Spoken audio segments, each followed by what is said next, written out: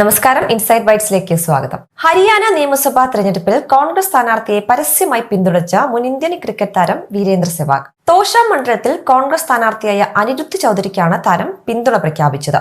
ബിജെപിയെയും പ്രധാനമന്ത്രി നരേന്ദ്രമോദിയും അനുകൂലിച്ച് പലപ്പോഴും രംഗത്തെത്താറുള്ള സെവാഗിന്റെ നിലപാട് മാറ്റത്തിൽ വിമർശനവുമായി സംഘപരിവാർ അനുകൂലികളും രംഗത്തെത്തി. ഇൻസ്റ്റഗ്രാം സ്റ്റോറിയിലൂടെയാണ് അനിരുദ്ധിനായി സെവാഗ് പരോക്ഷമായ വോട്ടഭ്യർത്ഥന നടത്തിയത്.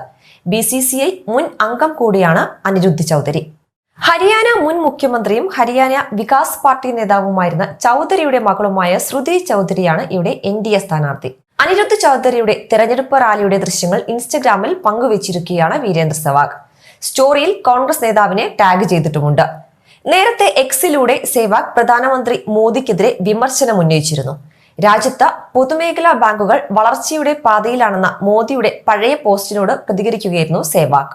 മോദിയുടെ പോസ്റ്റ് വിശ്വസിച്ച് പൊതുമേഖലാ ബാങ്കുകളുടെ ഓഹരി വാങ്ങി വഞ്ചിതനായ തന്റെ ജീവനക്കാരന്റെ അനുഭവം പങ്കുവെക്കുകയായിരുന്നു സെവാഗ്.